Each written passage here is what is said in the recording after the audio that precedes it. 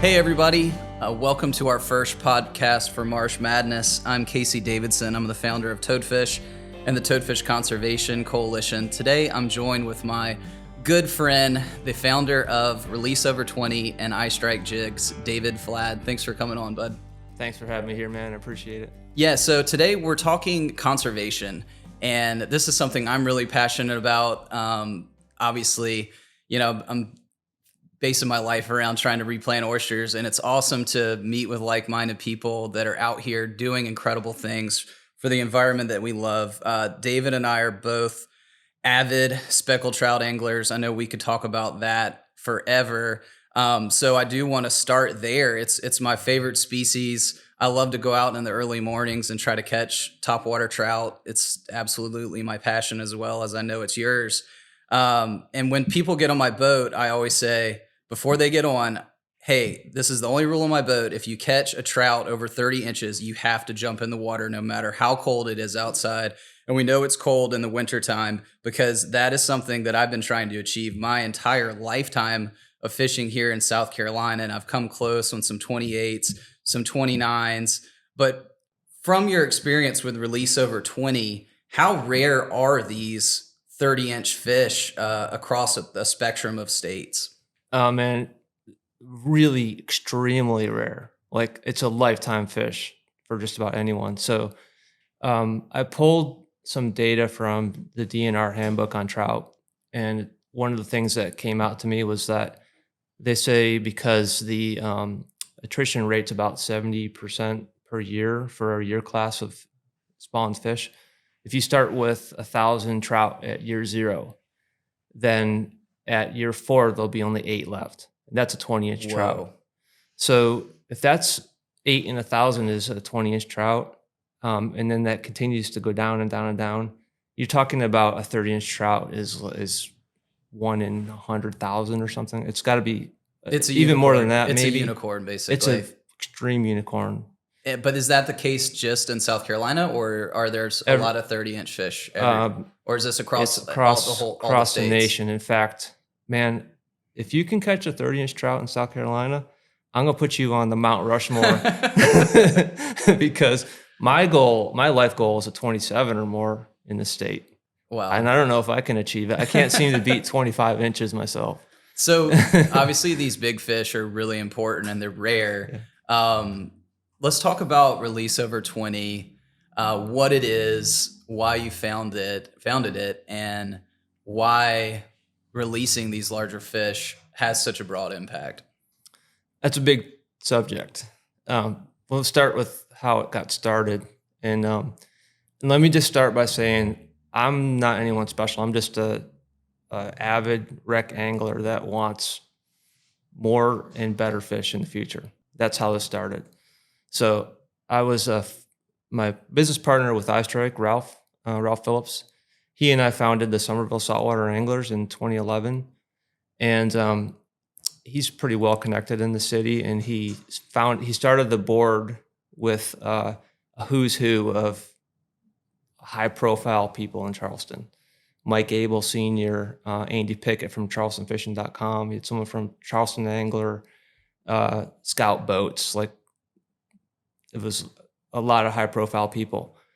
And I went to the interest meeting because I was just a guy who I live in Somerville and I wanted a club. So I've raised my hand to be like the IT guy. So there I am with all these people that are high-profile. And long story short, I was just wanting to catch bigger trout. And I know that we're not known for big trout in the state. So I asked Mike Abel Sr., who is really involved with how laws are made in the state. I said, hey, Mike, what's the possibility of getting an upper slot for trout? So basically like an upper limit, you have to release them over a certain size because it's been so successful for redfish. And his answer to me was, it's never going to happen in South Carolina because we're the only state in the country that has fisheries laws passed by the legislation, not by like a DNR. And I was really frustrated, and I sort of ruminated on it for like a whole weekend. And it sort of hit me on the head that I don't need a law. I can make my own law. Like if I want an upper slot, I can make my own upper slot, right? It sounds, in hindsight, it sounds kind of dumb, but it was an epiphany to me. And I kind of got excited. I was like, yeah, I can just say my upper slot for trout is 20. If I catch a 20 and a half, it's automatically going back. And so I just started doing that, and like probably 2013 or something like that. Before social media, we only had forums like Charleston Fishing. Do you remember that? So I just would tell people what I did and why I was doing it. And nothing much came of it because it wasn't a way to get out in a big way. And eventually I started having people who I didn't know say, hey, I heard you say that you released your bigger trout. And I started doing that too. And I was like, that's pretty cool, but this is like a handful of people. And it turns out I was on a podcast talking just like we are now, giving the same story. And someone from CCA, North Carolina, was listening, and they contacted me and said, it was a guy's named Joe Neely. And he said, you need to make this a thing. And I was like, in the podcast, I was saying, I'd like to make this something, but first of all, I don't know if anyone's going to care. I don't know what to call it. So I'm just going to keep doing it, and he got hold of me and said, we got to do this. So we came up with the logo, and I just started doing it nights and weekends using all the iStrike printers, and I was hand addressing all the envelopes and mailing out decals, and set up the website, and it just started like that. Yeah. And So for our listeners that don't know what Release Over 20 is, just give us like that short little snippet that you did. So I recently got to go to a seminar with David at the Hadros Point Shallow Water Expo a few months back. And that was kind of the impetus to have you on today. Is just, it was so compelling. Listen to the story behind Release Over 20, what Release Over 20 is, and then all the data that you've accumulated from doing it. So I don't want to give you it, but there was a soundbite. You said like Release Over 20 is, and you gave us this kind of thing in the presentation. Tell us what Release Over 20 is. It's in a nutshell, it's really a database where we ask people to release a fish, take a picture, and then release their fish, and then enter it in our database. And we give the reasons why you should do that, and it's based on biological facts about the fish that people don't know, which we'll talk about, I'm sure, and then reward them for doing so. And it's all free. It's all costs people nothing. They just have to sign up. When they enter the fish in the database, it says, do you want free decals? And you can choose up to 3 different decals. And one of them is like our normal logo. One has got like a QR code, so you can just put it on your boat and go right to the website to enter a fish. And the third one are these little +1 decals, we call them, like helmet decals, little 1-inch things. And you can get one for every fish you release. So you can sort of line them up like football players do on their helmets. Yeah, I love that. Yeah, I mean, it's obviously really caught on. I mean, within the social community, you see Release Over 20 everywhere, and you'll see somebody catch a big trout and post with it, and you'll see in the comments like 9 out of 10 times now I'll see like, did you release that fish? Or if somebody keeps a big trout, they're like, hey, what are you doing? You're supposed to release over 20 with speckled trout. That we're on that topic now. Tell me about the makeup of these 20-inch fish. Are the majority of them females? And then I think I learned something about, the egg production that these large female trout have that just blew my mind. Yeah. So like I said, just myself being on my own journey, I've been learning a lot too. So as I've been going, I've been researching some of the facts behind the biology, and I've been shocked at what I've learned. And one of my goals is to break these down into little sound bites, we call them tiles, like little easy to remember things so that people won't forget. They'll be able to rattle it off at any second. So what you said kind of leads into this. So what I've learned is that once a trout reaches 20 inches, it's like probably 95% chance it's a female. because males rarely get over like 20, 21 inches. If they do, they're like a 7 or 8 year old fish. And their egg production increases exponentially as they get longer and bigger. So 20 million eggs is a good estimate of a 20-inch trout. Wow. So right there, if you just think about this, so you're out in the water, you catch a 20-inch trout. Now you know, okay, this is 8 in 1,000, so it's very rare.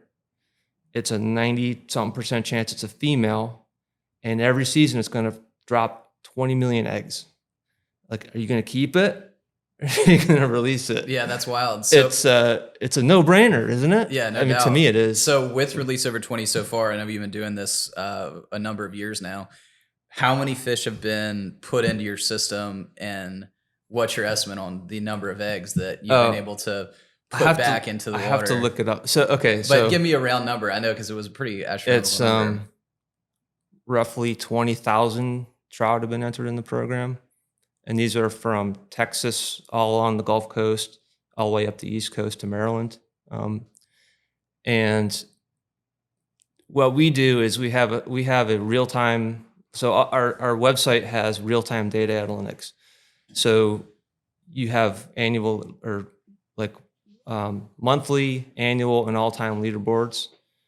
And we also have a ticker that ticks the number of eggs estimated to be spawned as a result of fish that were released. And what we do is we say only assume that it's had 1 year to spawn. So we don't count the subsequent years. And we say assume it's just the minimum length of 20 inches, not bigger. So count 20 million times each one release, and it's like 360 billion eggs or something like that. Wow. And it just keeps ticking up every time a trout gets entered.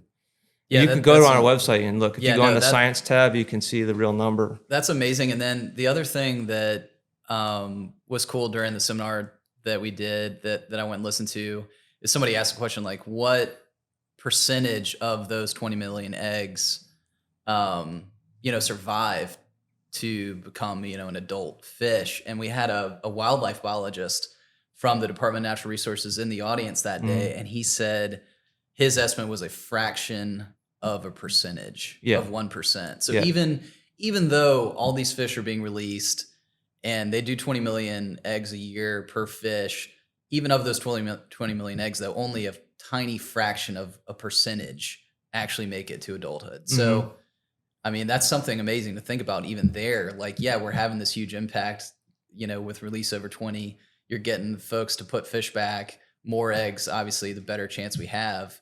But still, potentially it's not even enough then with this fraction of percentage surviving. And you can do that almost on the back of a napkin too, right? Because you think about it, if there's 100 fish and they're each laying 20 million eggs, like you're not getting exponentially more fish every year, which is what you would think would happen if even like say 5% of them made it to adulthood, So it's just like, I think whether it's the environmental conditions or predation or who knows what, that very few of them actually can be able to survive. But it's a matter of numbers. Like, the more there is, even if it is a fraction of a percent, the more that are going to make it to adulthood. So still makes it important to, no doubt. And I'm not trying to diminish the impact. I mean, I think it's unbelievable that, it's kind of inspiring, honestly. Like, you're like me, recreational angler. I love to fish, grew up here in the Low Country, South Carolina, wanted to do something to protect, these resources that we love. And you started this thing and it's kind of gone viral. And now you've got a community built where, you've had 20,000 people participate and release large trout, which is just wild. And it's only going to get exponentially bigger and bigger, over the coming years. So, I mean, I'm just stoked for you, and it's amazing the impact you've had. I'm not stoked for me. I'm stoked for everyone. Yeah, because stoked for the environment for sure. Mother Nature will take care of herself. It's really us. We're the problem. and if we just lay off like a little bit, it will have a measurable effect. I have no doubt about that. And I've already had people say that they really believe they've seen the impact. Like Captain Jason Burton up in Murrells Inlet, he swears that it's had a huge impact up there. He said he's seen more and better quality trout than he's seen in his entire lifetime up there. Well, I mean, I think it's a whole kind of paradigm shift, really. I mean, it's amazing in the social space in particular how that's evolving, where, you used to just see a ton of posts with, guides Stock or shots, recreational yeah. guys with just, their limit of fish, no matter what that would be. And you kind of saw that and you're like, are we really looking for a that boy because you filled the box? And I really feel like over the last 5 to 10 years, I think there's definitely been a cultural shift with a focus on conservation, and people are really getting behind it, which is amazing to see. And I think that paradigm shift is really, what is going to have the initial, the biggest impact, and not only the trout that are being released, but that social impact that things like Release Over 20 are having are tremendous. It's great, isn't it? Like when we started in 2000, it was just the very beginning of COVID. It was a different landscape even then, only 5 years ago. And it's changed a lot. Like you see all these podcasts popping up and people are getting on board and it's like, it's a cool thing, conservation now, which is great. It's exactly what we want, right? And that's one thing we've been trying to do from day one is make it so it's cooler to show yourself releasing a fish on social media than it is to show a dead fish on social media. Yeah, no doubt. So, and I think it's working because I've had like another board member, Carrie Browning. He said he's had his friends' kids say, "Mr. Carey, we want to catch a 20-inch trout so we can release it over 20." Yeah. So sure. Their goal is to catch a big fish just so they can release it. Yeah, that's amazing. And that's so cool, isn't it? It's a huge difference. It's something I've told, like I did this with my own kids. And I tell people who have little kids how easy it is to change their mindset. It's so simple because like if you don't say anything and you catch a big fish, they're usually like, Dad, can we keep it? And you say, no, buddy, this is a mama. This is a female fish and she's full of eggs. And if we let her go, when you grow up, you're going to have 10 times more fish to catch. What do you think? Yeah, let's let it go. And then they get mad at you if you want to keep it. Yeah. They're like, let's keep one for dinner. No, Dad. Yeah, no, I can't keep It's any fish that easy to change, to flip the mindset completely. You know what I mean? Oh, for sure. Let's switch gears a little bit and talk about flounder. Because you're talking about these mama fish, and this was something that was kind of a wow factor to me, and I was really just flabbergasted that I've gone through my entire fishing journey from the since the time I was a kid until now and did not know this about flounder. Tell us about flounder that are the keeper size. I guess it's 14 inches here in the state of South Carolina. 16 yeah. Yeah, 16 inches in the state of South Carolina. So a 16-inch flounder and up, those big flounder that we're keeping. Tell us about the makeup of those fish, how rare they are, and eggs and all the things we were talking about on trout. Okay, so if you didn't know this, mind-blowing fact, 100% keeper flounder are female. All of them are female. And if you see people out fishing and they catch a keeper flounder, what are they usually doing with it? Because they're delicious. Yeah, it goes in the cooler for sure. And what happens if you kill all the females? Yeah, you see a 30-year decline for sure in flounder, which is exactly what we had happen. If you look at the DNR Trammel Net surveys, it's just a 30-year steady decline all the way down to the bottom. And it's just when you're armed with that knowledge, it's super important that you don't keep all those.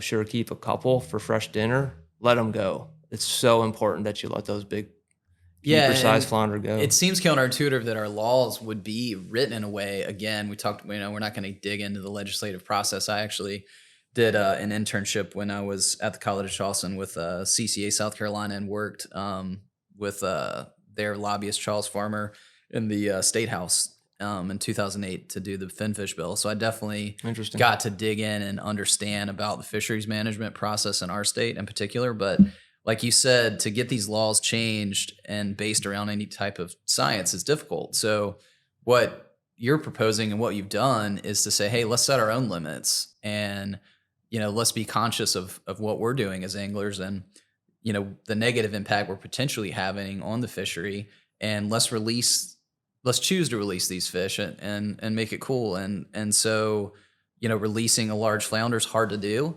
but 100% of those flounder are females. And tell us about, is it a similar egg production as speckled trout that those female fish are doing every year? We don't know.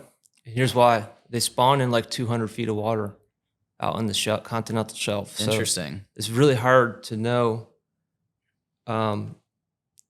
exactly what's going on. Wow. Now, a lot of progress has been made in actually stocking flounder, and we're finding that they're really hard to stock. And it's something like a 1 degree Celsius difference when they're spawned that determines if they're male or female. So that's one thing that's been a challenge. The other thing is like the diet. Apparently the diet of them when they're like a half-inch long or something determines if they're pigmented or not. So you can easily make a whole batch of spawn flounder and they're all pure white. Interesting. And they're not going to they're survive. not going to make white. it. That's my favorite. As we know, make that's it. the favorite color bait that you use. Exactly. Anytime. So our DNR is doing a really good job trying to figure it out. So if you didn't know, like the recent legislation that passed for flounder, it reduced the limit to 5 per boat, which honestly is going to have very little to no impact going from 10 to 5. Because I don't know about you, but how many keeper flounder do you in a catching a trip? Do you ever catch 5 keeper flounder in a trip? No. Me either.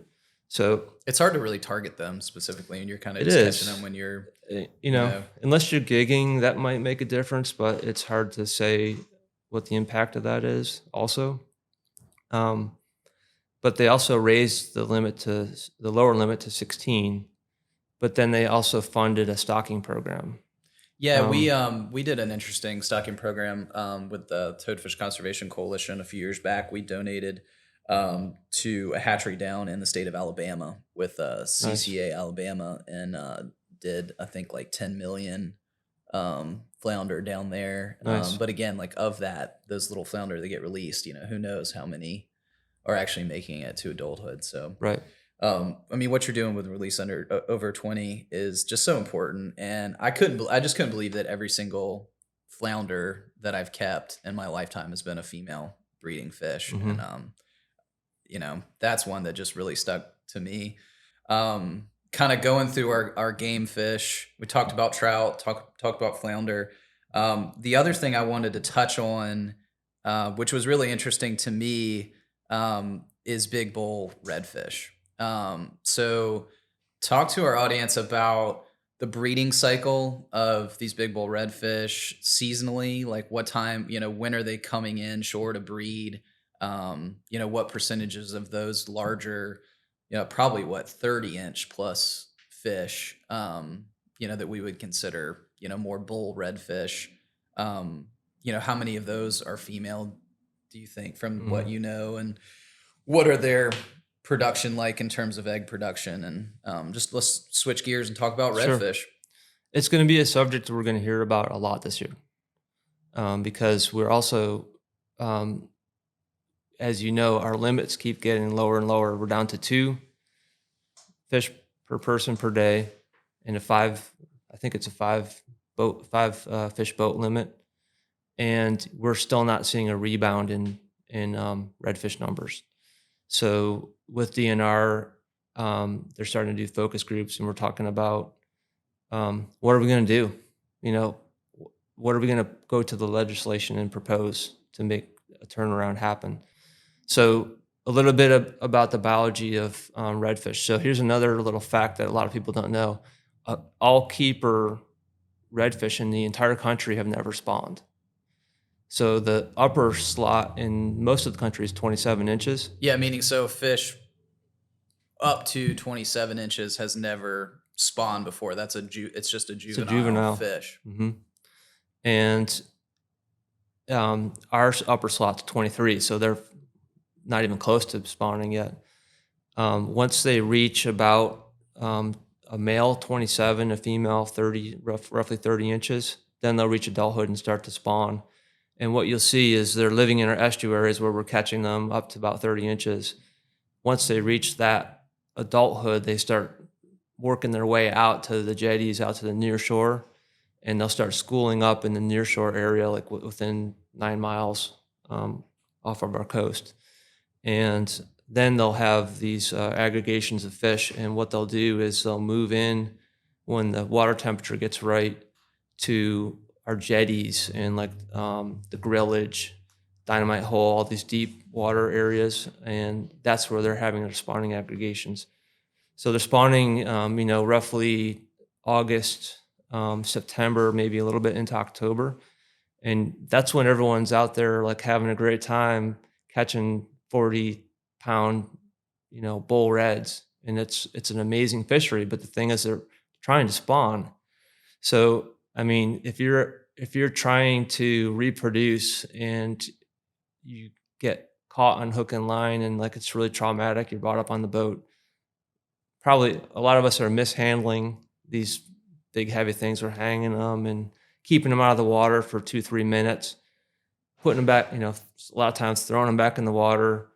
They're probably it's probably going to disrupt the process of spawning, right? Yeah, I've heard that as well, and that was I'd heard about this a few years back, but it wasn't until my neighbor Matt, who is a wildlife biologist with the Department of Natural Resources, really was talking to me about this.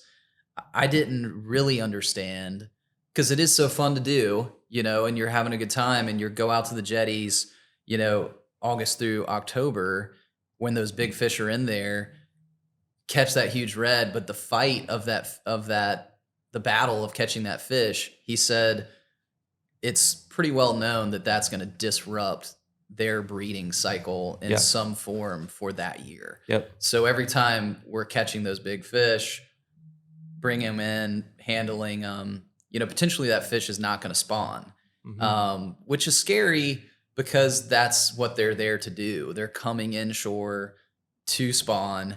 And, again, it's just being conscious of what we're doing and understanding what's happening. And maybe we target those fish, different times of the year, and not during that. Yeah. Not right? During that October, that August through October kind of time frame.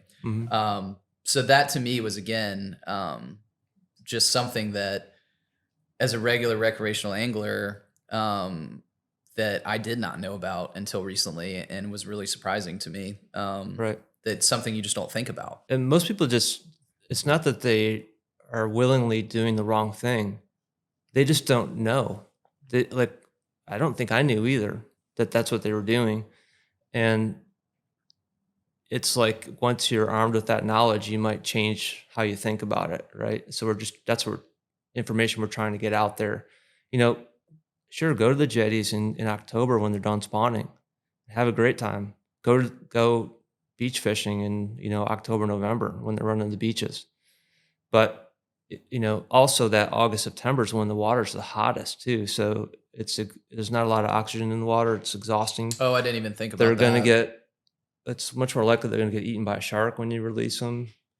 There's a whole bunch of reasons that it's just not a great idea. And maybe you still go, but instead of going every weekend for that duration, maybe you'd make one trip during that season or something. Right, no doubt. Just that kind of stuff will make an impact, I think. Yeah, for sure. That's our natural reproduction of redfish that we're really making. We're causing an issue by fishing for them, and that's probably one of the reasons we're seeing those declines in our fishery over year after year.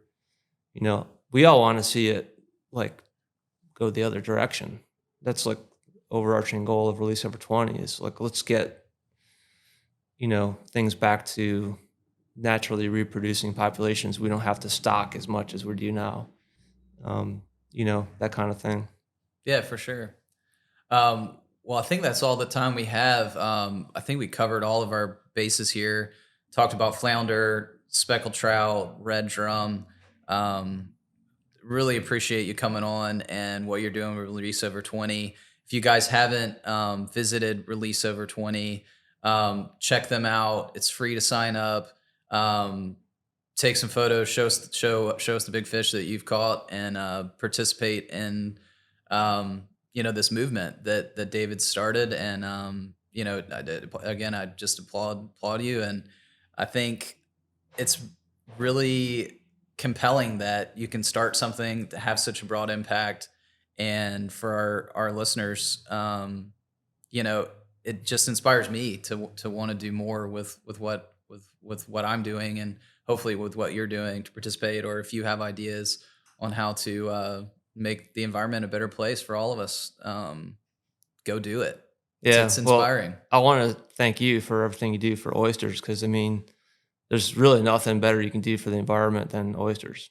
Oh man, don't even get me started talking about oysters. One we'll be oyster here all after day. Filters 50 gallons a day. Yeah, for sure. It's amazing. So yeah, water quality is definitely the number one issue that our estuaries face, among many. But this is something that really feels like is in your control as an angler, to choose to release these big breeding fish, and it makes sense, so that they're there for our kids to enjoy, for generations to come, and that's what it's all about. So appreciate you, David, and thanks, man.